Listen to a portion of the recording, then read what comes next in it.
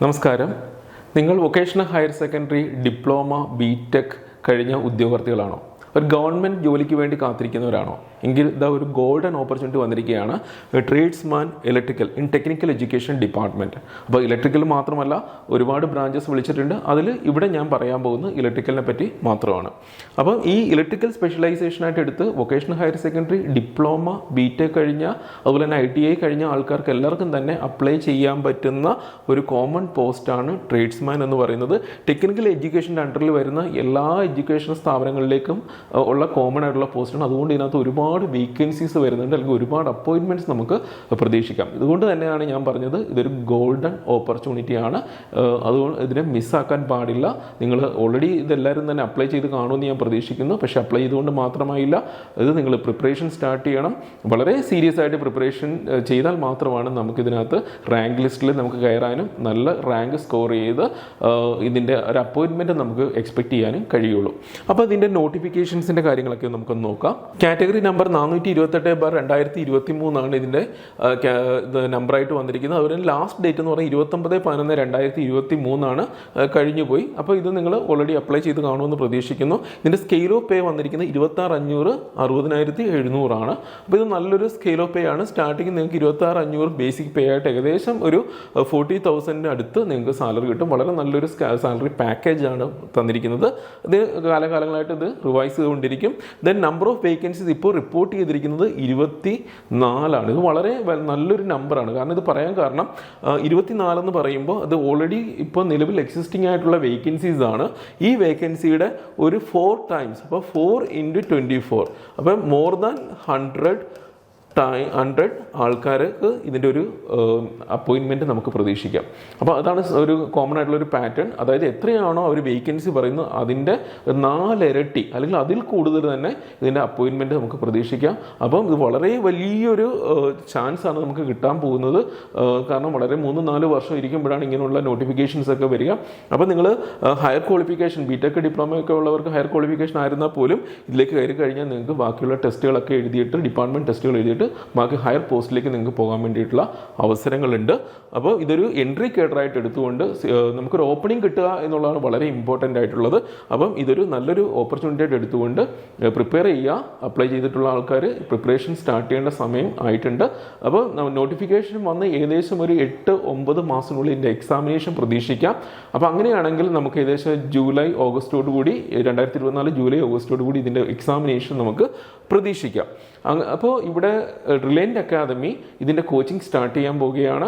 ഈ പറയുന്ന അപ്ലൈ ചെയ്തിട്ടുള്ള ആൾക്കാർക്ക് ജോയിൻ ചെയ്ത് പഠിച്ചു കഴിഞ്ഞാൽ നിങ്ങൾക്ക് വളരെ ഈസി ആയിട്ട് നമുക്ക് ഈ ഒരു എക്സാമിനേഷൻ ക്രാക്ക് ചെയ്യാൻ വേണ്ടി കഴിയും. കാരണം ഒരുപാട് ആൾക്കാർ അപ്ലൈ ചെയ്തിട്ടുള്ളത് കൊണ്ട് തന്നെ ഹൈ ലെവൽ ഓഫ് കോമ്പറ്റീഷൻ നിങ്ങൾക്ക് പ്രതീക്ഷിക്കാം. അപ്പോൾ നമ്മൾ നേരത്തെ ഞാൻ ബാക്കിയുള്ള വീഡിയോകളിലൊക്കെ പറയുന്ന പോലെ തന്നെ ഇവിടെ നമ്മൾ നോർമലി പഠിച്ച് ആൻസർ ചെയ്യുന്നതിനേക്കാളുപരി റാങ്ക് മേക്കിംഗ് ക്വസ്റ്റ്യൻസ് നിങ്ങൾ എഴുതിയാൽ മാത്രമാണ് നിങ്ങൾക്ക് റാങ്ക് ലിസ്റ്റിൽ ഒരു മുകളിലേക്ക് എത്താൻ വേണ്ടി കഴിയുള്ളൂ. അപ്പം നമ്മൾ മെയിൻ ലിസ്റ്റിൽ ഉൾപ്പെട്ടു എന്ന് പറഞ്ഞുകൊണ്ട് മാത്രം നിങ്ങൾക്ക് ജോലി കിട്ടണം എന്നില്ല. അതിൽ നമ്മുടെ എത്രയാണോ കട്ട് ഓഫ് മാർക്ക് അതിനെക്കാട്ടിലും ഒരു 5-6 മാർക്ക് നിങ്ങൾ കൂടുതൽ മേടിച്ചിട്ട് ഒരു റാങ്ക് ലിസ്റ്റിൽ ഏറ്റവും ടോപ്പിലേക്ക് വന്നാൽ മാത്രമാണ് നമുക്ക് അപ്പോയിൻമെൻറ്റ് നമുക്ക് 100% നമുക്ക് അഷ്വർ ചെയ്യാൻ വേണ്ടിയിട്ട് കഴിയുള്ളൂ. അപ്പോൾ ഇവിടെ റിലയൻറ്റ് അക്കാദമി കോച്ചിങ് സ്റ്റാർട്ട് ചെയ്യുകയാണ്. അപ്പോൾ കോച്ചിങ് സ്റ്റാർട്ട് ചെയ്യുമ്പോൾ നമ്മൾ പഠിക്കേണ്ട ടോപ്പിക്സ് എന്തൊക്കെയാണെന്നുള്ള വ്യക്തമായിട്ടുള്ള ഐഡിയ നമുക്ക് ഉണ്ടാവണം. ഇപ്പോൾ നമ്മുടെ കയ്യിൽ നിലവിലുള്ളത് കഴിഞ്ഞ പോയ എക്സാമിനേഷൻ്റെ സിലബസ് ആണ്. അപ്പോൾ ആ സിലബസ് വെച്ച് വേണം നമ്മൾ പ്രിപ്പയർ ചെയ്യാനായിട്ട്. ഇനി നമുക്കിപ്പോൾ വരാൻ പോകുന്ന എക്സാമിനേഷൻ്റെ സിലബസ് എന്ന് പറയുന്നത് നിങ്ങൾക്ക് എക്സാം ഡേറ്റ് എന്നാണോ അത് എക്സാം കലണ്ടർ PSC പബ്ലിഷ് ചെയ്യും. ആ എക്സാം കലണ്ടർ പബ്ലിഷ് ചെയ്യുമ്പോൾ അതിനോടൊപ്പം മാത്രമായിരിക്കും അതിൻ്റെ സിലബസ് വരിക. അപ്പോൾ ആ സിലബസ് എന്ന് പറയുന്നത് പ്രീവിയസ് സിലബസ് ചിലപ്പോൾ അതേപടി തന്നെ കോപ്പി ചെയ്യാം, അല്ലെങ്കിൽ അതിനകത്ത് ചെറിയ മോഡിഫിക്കേഷനൊക്കെ വരുത്താം. അപ്പോൾ നമ്മുടെ കയ്യിൽ അവൈലബിൾ ആയിട്ടുള്ള പ്രീവിയസ് സിലബസ് ആണ്. ആ സിലബസ് വെച്ചിട്ട് വേണം നിങ്ങൾ പ്രിപ്പയർ ചെയ്യാനായിട്ട്. 100% ആ സിലബസ് കവർ ചെയ്യുക. ദെൻ പുതിയ വരാൻ പോകുന്ന സിലബസ് വെച്ചിട്ട് നമ്മളൊന്നുകൂടി റിവൈസ് ചെയ്ത് എന്തെങ്കിലും പുതിയതായിട്ട് ആഡ് ചെയ്തിട്ടുണ്ടെങ്കിൽ അതുകൂടി പഠിച്ചിട്ട് വേണം നമ്മൾ എക്സാമിനേഷന് പോകാനായിട്ട്. അപ്പോൾ ഇനി പുതിയ സിലബസ് വരുന്നതിനും വരെ വെയിറ്റ് ചെയ്യാമെന്ന് പറഞ്ഞാൽ അത് വളരെ വലിയ മണ്ടത്തരമാകും. കാരണം എന്ന് പറഞ്ഞാൽ എന്താണ്, എക്സാമിനേഷന് 2 മാസം മുമ്പ് മാത്രമാണ് ആ സിലബസ് നമ്മുടെ കയ്യിൽ കിട്ടുക. അപ്പോൾ ആ ഒരു സമയം നമുക്ക് പോരാ പഠിച്ചെടുക്കാനായിട്ട്. ഈ പറയുന്ന 7-8 മാസം വളരെ ക്രിട്ടിക്കലാണ്. അത് വളരെ എഫക്റ്റീവായിട്ട് നിങ്ങൾക്ക് യൂട്ടിലൈസ് ചെയ്താൽ മാത്രമാണ് നിങ്ങൾക്ക് എക്സാമിനേഷൻ ക്രാക്ക് ചെയ്യാൻ വേണ്ടിയിട്ട് കഴിയുകയുള്ളൂ. അപ്പോൾ നമുക്ക് സിലബസ് എന്തൊക്കെയാണ് എന്ന് നോക്കാം. ജസ്റ്റ് ഒരു റഫായിട്ട് എന്തൊക്കെയാണ് ചോദിക്കുന്നത് നോക്കാം. മൊഡ്യൂൾ 1 ആയിട്ട് കൊടുത്തിരിക്കുന്നത് എന്തൊക്കെയാണ്? Fundamentals of electricity, laws of resistance, Ohm's law, Kirchhoff's law, ഇത്രയും കാര്യങ്ങളാണ് മെയിനായിട്ട് വന്നിരിക്കുന്നത്. ഇതിനകത്ത് തന്നെ സബ് ടോപ്പിക്സ് ക്ലിയർ ആയിട്ട് ഓരോന്നും എന്താണെന്നുള്ള ക്ലിയർ ആയിട്ട് സിലബസിൽ പറഞ്ഞിട്ടുണ്ട്. അപ്പോൾ നമ്മൾ ഇതുമായിട്ട് ബന്ധപ്പെട്ടുള്ള എല്ലാ തിയറി പാർട്ടും അതുമായിട്ട് ബന്ധപ്പെട്ട ന്യൂമറിക്കൽ അല്ലെങ്കിൽ പ്രോബ്ലംസ് വളരെ ഇമ്പോർട്ടൻ്റ് ആണ്. ഈ പ്രോബ്ലംസിനാണ് ഞാൻ നേരത്തെ പറഞ്ഞ റാങ്ക് മേക്കിംഗ് ക്വസ്റ്റ്യൻസ് എന്ന് പറയുന്നത്. അതിനൊക്കെ ഒരു ആവറേജ് അല്ലെങ്കിൽ എബോ ആവറേജ് ലെവലിൽ നമുക്ക് ഉൾപ്പെടുത്തേണ്ടി വരും. അങ്ങനെയുള്ള ക്വസ്റ്റ്യൻസും കൂടി വർക്കൗട്ട് ചെയ്താൽ മാത്രമാണ് നിങ്ങൾക്ക് ഈ പറയുന്ന ഉയർന്ന റാങ്കിലേക്ക് എത്താൻ കഴിയുള്ളൂ. അപ്പോൾ ഈ ഒരു മൊഡ്യൂൾ 1 നിന്ന് മാത്രം 10 ക്വസ്റ്റ്യൻസ് ആണ് ചോദിക്കുക. അപ്പോൾ 10 ക്വസ്റ്റ്യൻസ് പറയുമ്പോൾ ഒരു ക്വസ്റ്റ്യന് 1 മാർക്ക് വെച്ചിട്ട് 10 ക്വസ്റ്റ്യനാണ് ഇവിടെ ചോദിക്കുക. ഇവിടെ നെഗറ്റീവ് മാർക്കിംഗ് ഉണ്ട്. അതായത് 1/3 മാർക്ക് ഡിഡക്റ്റ് ചെയ്യും. അതായത് ഒരു ക്വസ്റ്റ്യൻ നിങ്ങൾ തെറ്റിച്ച് കഴിഞ്ഞാൽ 1/3 മാർക്ക് നിങ്ങളുടെ ടോട്ടൽ സ്കോറിൽ നിന്ന് ഡിഡക്റ്റ് ചെയ്യും. അങ്ങനെയാണെങ്കിൽ 3 ക്വസ്റ്റ്യൻ നിങ്ങൾ തെറ്റിച്ച് കഴിഞ്ഞാൽ, അതായത് 3 ക്വസ്റ്റ്യൻ റോങ് ആയിട്ട് നിങ്ങൾ ആൻസർ ചെയ്ത് കഴിഞ്ഞാൽ ടോട്ടൽ 1 മാർക്ക് നിങ്ങൾ എത്രയാണോ ശരിയായി കിട്ടിയ അല്ലെങ്കിൽ നിങ്ങൾക്ക് എത്രയാണോ സ്കോർ കിട്ടിയത് അതിനകത്ത് നിന്ന് 1 മാർക്ക് ഡിഡക്റ്റ് ചെയ്യും. അതുകൊണ്ട് വളരെ കെയർഫുൾ ആയിട്ട് വേണം ആൻസർ ചെയ്യാനായിട്ട്. തെറ്റായ ക്വസ്റ്റ്യൻസ് കയറി അറ്റൻഡ് ചെയ്യുകയും മാർക്ക് ചെയ്യുകയൊക്കെ ചെയ്ത് കഴിഞ്ഞാൽ നിങ്ങൾക്ക് സ്കോർ ചെയ്ത മാർക്ക് കുറയാനുള്ള ചാൻസസ് ഉണ്ട്. അപ്പോൾ ഇവിടെ മൊഡ്യൂൾ 1 നിന്ന് 10 ക്വസ്റ്റ്യൻസ് ആയിരിക്കും ചോദിക്കുക. ഒരു ക്വസ്റ്റ്യൻ 1 മാർക്ക് വെച്ചിട്ട് 10 മാർക്കാണ് മൊഡ്യൂൾ 1 നിങ്ങൾക്ക് കിട്ടുക. ദെൻ മൊഡ്യൂൾ 2 വരുന്ന എന്താണ്? സെൽസ് ആൻഡ് ബാറ്ററീസ് ആണ്. ഈ ഒരു ടോപ്പിക്സിൽ നിന്ന് മാത്രം 10 ക്വസ്റ്റ്യൻസ് നിങ്ങൾക്ക് ചോദിക്കും. അപ്പോൾ അതിൻ്റെ സബ് ടോപ്പിക്സ് എന്തൊക്കെയാണ്? ഏതൊക്കെയാണ് cells, different types of cells ഏതൊക്കെയാണ്? പ്രൈമറി സെൽ, സെക്കൻഡറി സെൽ, അതുപോലെ തന്നെ അതിൻ്റെ സെല്ലിൻ്റെ ചാർജിങ് എങ്ങനെയാണ്, ഡിസ്ചാർജിങ് എങ്ങനെയാണ്, അതോടൊപ്പം തന്നെ സെല്ലിൻ്റെ ഓപ്പറേഷൻ, സീരീസ് പാരലൽ ഓപ്പറേഷൻ, ഇതെല്ലാം തന്നെ ഇതിനകത്ത് നിങ്ങൾ പഠിക്കേണ്ടതായിട്ട് വരും. അപ്പോൾ ചെറിയ ടോപ്പിക്സ് ആണ്, പക്ഷേ അത് ഡീറ്റെയിൽഡ് ആയിട്ട് നിങ്ങൾ പഠിക്കണം. അപ്പോൾ ഇത്രയും മൊഡ്യൂൾ 1ഉം 2ഉം എത്രയാണ്? 10 മാർക്ക് വെച്ചിട്ട് 20 മാർക്ക് ഇവിടെ നിന്ന് കിട്ടും. മൊഡ്യൂൾ 3 ഏതൊക്കെയാണ് വരുന്നത്? House wiring, earthing, illumination. അപ്പോൾ ഈ 2 ടോപ്പിക്സും കൂടെ ചേർത്തിട്ട് 10 മാർക്കിൻ്റെ ക്വസ്റ്റ്യൻ ആയിരിക്കും ചോദിക്കുക, അല്ലെങ്കിൽ 10 ക്വസ്റ്റ്യൻ ആയിരിക്കും ചോദിക്കുക. അപ്പോൾ ഹൗസ് വയറിംഗ് ആൻഡ് എർത്തിങ് ഒക്കെ നിങ്ങൾ പഠിച്ചിട്ടുള്ളതാണ്. പക്ഷേ അത് നമ്മൾ വളരെ മൈന്യൂട്ടായിട്ടുള്ള കാര്യങ്ങൾ വരെ മുതൽ അതിൻ്റെ അഡ്വാൻസ്ഡ് ആയിട്ടുള്ള പ്രോബ്ലം വരെ ചോദിക്കാം. അതുകൊണ്ട് നമുക്ക് ഒന്നും തന്നെ എലിമിനേറ്റ് ചെയ്യാൻ കഴിയില്ല. ഇലൂമിനേഷനുമായിട്ട് ബന്ധപ്പെട്ടുള്ള പ്രോബ്ലംസ് നിങ്ങൾക്ക് എക്സ്പെക്ട് ചെയ്യാം. അപ്പോൾ അതിനകത്ത് 10 ക്വസ്റ്റ്യൻ നിങ്ങൾക്ക് കിട്ടും. ദെൻ മൊഡ്യൂൾ 4 വന്നിരിക്കുന്ന മാഗ്നറ്റിസം, ഇലക്ട്രോ മാഗ്നറ്റിക് ഇൻഡക്ഷൻ. അപ്പോൾ ഇതെല്ലാം തന്നെ വളരെ ഇമ്പോർട്ടൻ്റ് ആയ ടോപ്പിക്സ് ആണ്. നിങ്ങൾ പഠിച്ചിട്ടുണ്ടാവും മാഗ്നറ്റിസവും ഇലക്ട്രോ മാഗ്നറ്റിക് ഇൻഡക്ഷനും. അപ്പോൾ അവിടുന്ന് നിങ്ങൾക്ക് 10 മാർക്ക് നിങ്ങൾക്ക് കിട്ടും. മൊഡ്യൂൾ 5 വന്നിരിക്കുന്നത് ഏതൊക്കെയാണ്? Alternating current, polyphase system. അപ്പോൾ ഓൾട്ടർനേറ്റിംഗ് കറണ്ടുമായിട്ട് ബന്ധപ്പെട്ടുള്ള തിയറി പാർട്ടും അതോടൊപ്പം തന്നെ പോളിഫേസ് സിസ്റ്റം ഇതുമായിട്ട് ബന്ധപ്പെട്ടുള്ള തിയറി, അതോടൊപ്പം തന്നെ പ്രോബ്ലംസ് എല്ലാ പാർട്ടിൽ നിന്ന് നിങ്ങൾക്ക് പ്രോബ്ലം എക്സ്പെക്ട് ചെയ്യാം. ഇപ്പോൾ ചോദിക്കുന്ന PSC എക്സാംസ് എല്ലാം തന്നെ പ്രോബ്ലം ഓറിയൻറ്റഡ് ആയിട്ടാണ്. കുറച്ചുകൂടെ ഡിഫിക്കൽട്ടായിട്ട് തോന്നാറുണ്ട് സ്റ്റുഡൻസിന്. അപ്പോൾ അതുകൊണ്ട് തന്നെ നമ്മൾ പ്രോബ്ലം നന്നായിട്ട് വർക്കൗട്ട് ചെയ്തിട്ട് വേണം പോകാനായിട്ട്. അപ്പോൾ ആ പാർട്ടിൽ നിന്ന് 10 ക്വസ്റ്റ്യൻസ് നിങ്ങൾക്ക് എക്സ്പെക്ട് ചെയ്യാം. അതോടൊപ്പം തന്നെ മൊഡ്യൂൾ 6 ആയിട്ട് ചോദിച്ചിരിക്കുന്ന ഇതൊക്കെയാണ്? Basics of electronics and circuits. അപ്പോൾ ബേസിക്സ് ഓഫ് ഇലക്ട്രോണിക്സ് എന്ന് പറയുന്നത് എന്താണ്? Electronic components, resistor, capacitor, inductor എന്തൊക്കെയാണ്, അതിൻ്റെ പ്രോപ്പർട്ടീസ് എന്തൊക്കെയാണ്, അതുപോലെ തന്നെ ഡിഫറെൻറ്റ് ടൈപ്സ് ഓഫ് റെസിസ്റ്റേഴ്സ്. സർക്യൂട്ട്സിൽ വന്നാലോ എന്തൊക്കെയാണ്?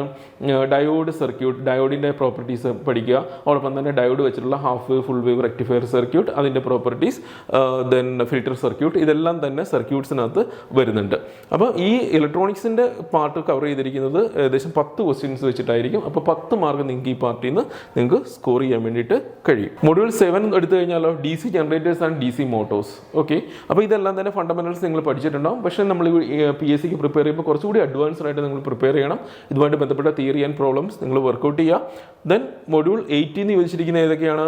AC generators, motors and starters. അപ്പോൾ ആദ്യം DC പറഞ്ഞു, രണ്ടാമത് module 8 AC type of generators and motors നിങ്ങൾ പഠിക്കണം. AC ജനറേറ്റേഴ്സ് നിങ്ങൾക്ക് അറിയാലോ ഏതൊക്കെയാണ്? Induction generators, single phase induction generator, 3 phase induction generator, synchronous generators, അതോടൊപ്പം തന്നെ ട്രാൻസ്ഫോമേഴ്സ്. AC മെഷീൻസിൽ നമ്മൾ ട്രാൻസ്ഫോമേഴ്സിനെ പറ്റി പഠിക്കണം. അപ്പോൾ ഇതെല്ലാം തന്നെ ഇതിനകത്ത് വരും. ജനറേറ്ററും മോട്ടറും കൂടാണ്ട് തന്നെ ട്രാൻസ്ഫോമറിനെ പറ്റിയുള്ള ക്വസ്റ്റ്യൻസും നിങ്ങൾക്ക് എക്സ്പെക്ട് ചെയ്യാം. ദെൻ മൊഡ്യൂൾ 9 എന്ന് പറഞ്ഞ ഇതാണ്? Power transformer and power transformer protection. അപ്പോൾ അത് ട്രാൻസ്ഫോമർ സെപ്പറേറ്റ് ആയിട്ട് ഇവിടെ കൊടുത്തിട്ടുണ്ട്. അപ്പോൾ അത് ഡീറ്റെയിൽഡ് ആയിട്ട് നിങ്ങൾ പഠിക്കുക. ദെൻ മൊഡ്യൂൾ 10 ചോദിച്ചിരിക്കുന്നത് ഏതൊക്കെയാണ്?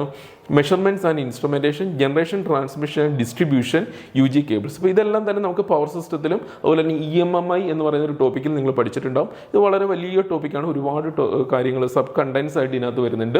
അപ്പോൾ ഇതെല്ലാം തന്നെ ഡീറ്റെയിൽഡ് ആയിട്ട് ഇതിൻ്റെ തിയറി ആൻഡ് പ്രോബ്ലംസ് വർക്കൗട്ട് ചെയ്യണം. അപ്പോൾ ഇത്രയുമാണ് 100 മാർക്കിൻ്റെ ക്വസ്റ്റ്യൻസ് വരുന്ന സിലബസ് എന്ന് പറയുന്നത്. അപ്പോൾ ഇത് നോക്കിയാൽ തന്നെ നിങ്ങൾക്ക് മനസ്സിലാവും, വളരെ വൈഡ് ആയിട്ടുള്ള ഒരു സിലബസ് ആണ് കൊടുത്തിരിക്കുന്നത്.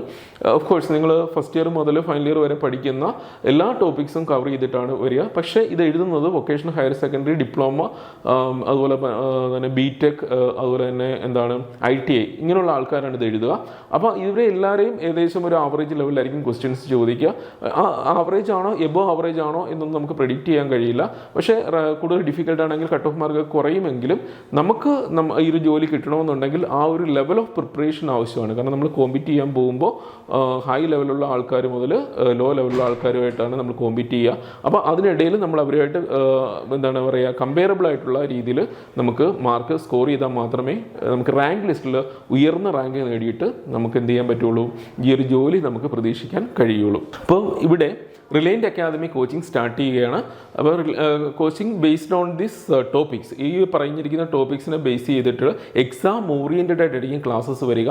നിങ്ങളെ കംപ്ലീറ്റ് തിയറിയും എലാബറേറ്റ് ചെയ്ത് പഠിപ്പിക്കാതെ എക്സാംസിന് നിങ്ങൾക്ക് എന്തൊക്കെ കാര്യങ്ങളാണോ വേണ്ടത് അതിന് പ്രീവിയസ് എക്സാമിനേഷൻ ബേസ് ചെയ്ത്, ഒബ്ജക്റ്റീവ് എക്സാമിനേഷൻ ബേസ് ചെയ്തിട്ടായിരിക്കും ക്ലാസ്സസ് എടുക്കുക.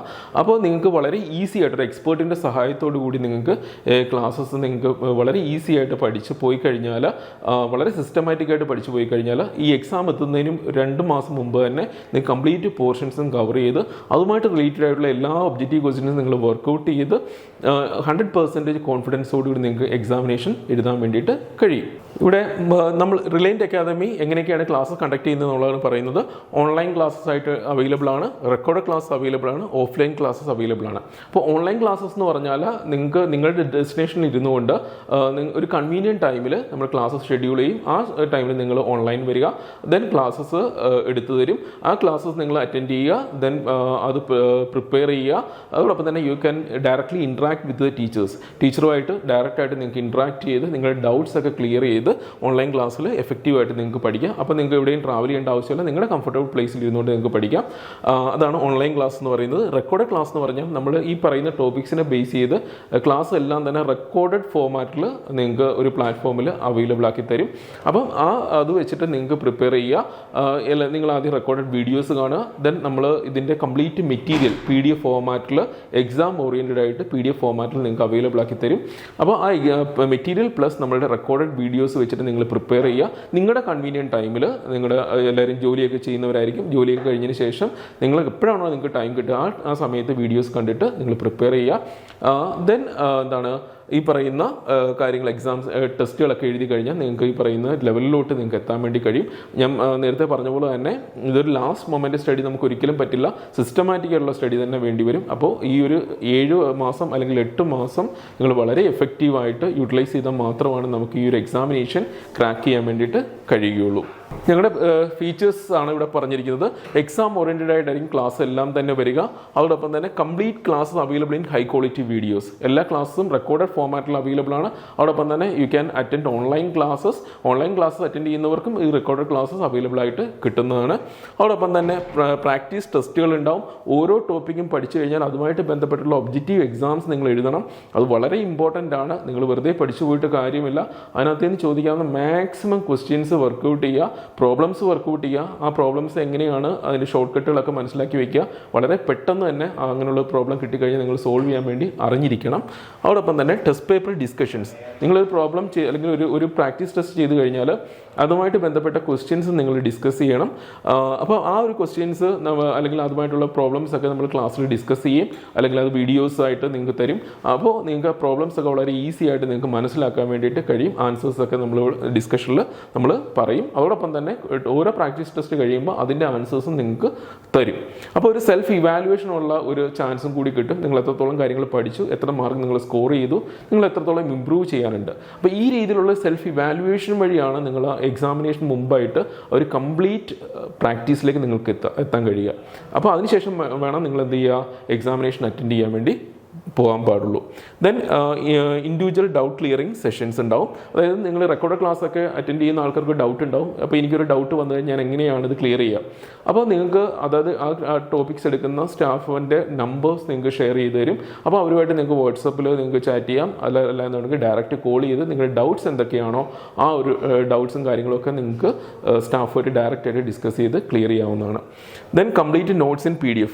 ഏതൊക്കെ ടോപ്പിക്സ് നമ്മൾ കവർ ചെയ്യുന്നുണ്ടോ അതിൻ്റെ എല്ലാം തന്നെ PDF ഫോർമാറ്റിൽ നോട്ട്സ് അവൈലബിൾ ആയിരിക്കും.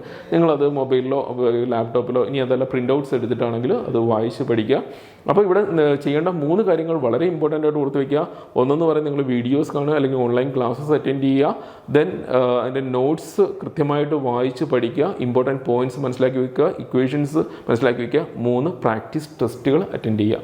അപ്പോൾ കണ്ടിന്യൂസ് ആയിട്ട് പ്രാക്ടീസ് ടെസ്റ്റുകൾ അറ്റൻഡ് ചെയ്താൽ മാത്രമേ നമുക്കൊരു 100% നമുക്കൊരു എക്സാമിനേഷൻ്റെ ലെവലിലേക്ക് അറ്റൻഡ് ചെയ്യുന്ന ലെവലിലേക്ക് നമുക്ക് എത്താൻ വേണ്ടിയിട്ട് കഴിയുള്ളൂ. ഇപ്പോൾ റിലയൻ്റ് അക്കാദമി ക്ലാസ്സസ് സ്റ്റാർട്ട് ചെയ്യുകയാണ്.